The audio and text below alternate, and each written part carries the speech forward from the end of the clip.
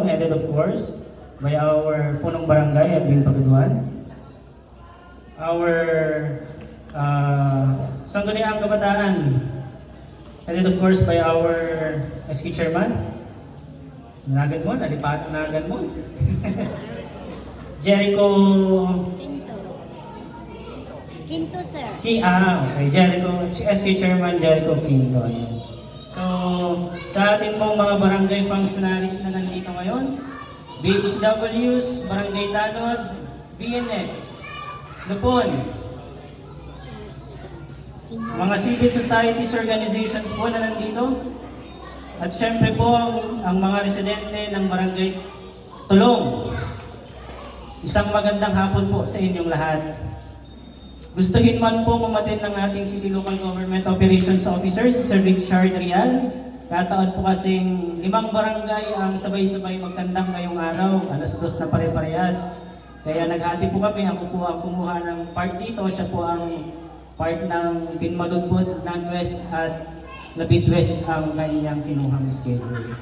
Ayan. Ngayon po ang ating Barangay Assembly Day. Ito po ay ginaganap 2 beses po sa isang taon, tuwing March and October. Ang Barangay Assembly Day po ay napaloob po na dapat ikandak ng barangay po. Napaloob po ito sa ating local government code. At sa Barangay Assembly, ngayong taon, ang tema po natin ay barangay at mamamayan, sama-samang nagtutulungan sa pagtaguyod ng maayos, maunlad, at mapayapang pamayanan tungo sa isang bagong Pilipinas. Noong nakaraang taon po, inununsad ng ating kasalukuyang administrasyon ang bagong Pilipinas program, kung saan po nire-recognize ng national government ang kontribusyon at partisipasyon ng bawat mamamayan po sa ating barangay para makamit po ang maunlad, maayos at mapayapang pamayanan. Imagine nyo po, kaya tayo nga nalinis, iti barangay tayo, mamsi tayo maglilinis, iti parangan tayo. Di tayo nga ibalbol lang iti basura tayo, iti basuraan. Kasi ano tayo ngay nga matship tayo dyan. Gusto din natin na maging payapa ang ating barangay, pero tayo pong mga mamamayan ang nagsisimula naman ng gulo. Di mo ba? Gusto po natin na drug-free ang ating barangay. Pero tayo po ang nagsisimula.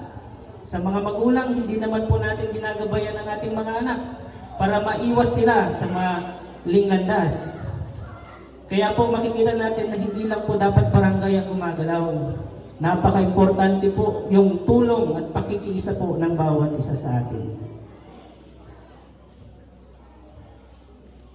Akin pong babasahin at atin pong dinggin ang mensahe ng ating Secretary to the Interior and Local Government, Attorney Benjamin Abalos Jr.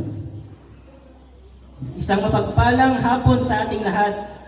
Sa ngalan ng Department of the Interior and Local Government, ako po ay lubos na nagagalak sa pagsasagawa ng makabuluhang pagpupulong ng ating mga bagong halal na barangay at sangguniang kabataan officials, pinangungunahan ng inyong punong barangay, kasama ang mga iba pang mga barangay officials and functionaries, ang ating mga barangay tanod, lupong tagapamayapa at iba pa nating mga kasama sa ating pamahalang barangay na patuloy na nagbibigay ng naangkop na serbisyo sa komunidad.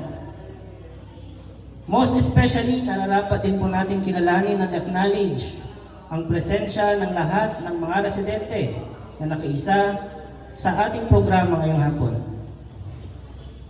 Bilang panimula, nais namin na iparating sa lahat, lalong-lalo na sa ating mga barangay at SK officials, ang kahalagaan ng pagsasagawa ng Barangay Assembly bilang isa sa mga aktibidad ng barangay at ang importansya o kabuluhan ng active participation ng ating constituents, sapagkat ito ay isa sa mga maraming paraan upang maipaabot sa mga residente ang kalagayan ng pananalapi ng barangay, mga nagawa na or accomplishments, pati na rin ang mga proyektong gagawin pa lamang ng ating mga barangay at SK officials sa mga susunod na araw o buwan. At upang mapag-usapan talakayin at bigyang solusyon ng mga hamon o issues na kinakaharap ng barangay at mapakinggan ang mga hinaing ng mga mamamayan, pati na rin ng mga mungkahi o rekomendasyon ng mga residente upang agarang matugunan ang mga problema o challenges ng ating nasasakupan.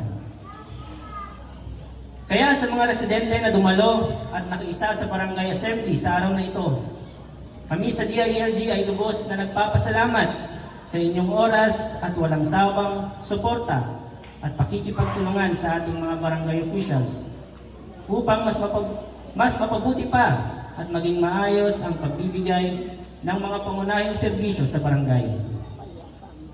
Patuloy din namin na hinihingi ang inyong suporta at inyong pakikiisa upang maayos na ma-implement ng barangay ang mga programa ng national government at ng DILG gaya ng Buhay Ingatan, Droga'y Ayawan Program, sa hangaring matigil na ang paggamit ng mga ilegal na droga. Kami po ay nananawagan sa ating mga magulang at sa inyong lahat, pakigabayan lamang po ang ating mga anak upang mailayo natin sila sa kapahamakan. Kami po ay patuloy na naniniwala na ang pamilya ang isang matibay na pundasyon upang masiguro na tamang landas ang tatahakin ng ating mga anak.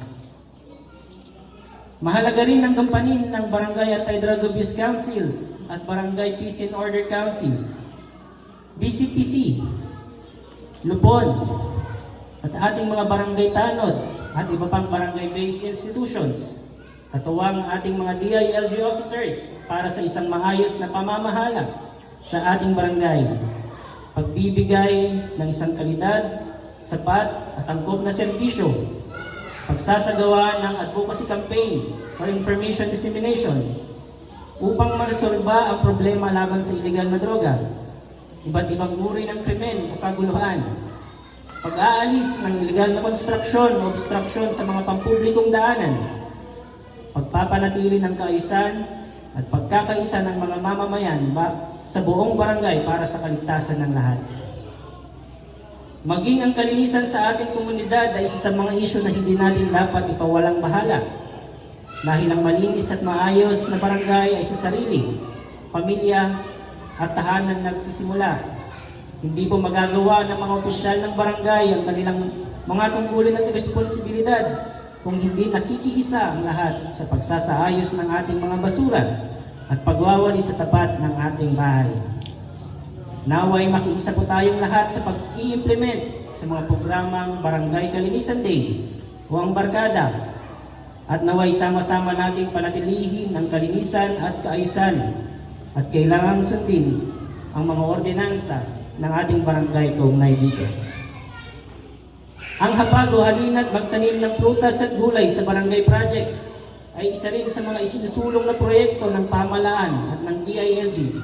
Kasama kayo at ng barangay ay inihikayat na mag-set up o mag-establish ng kanilang community garden at magtanim ng gulay at prutas.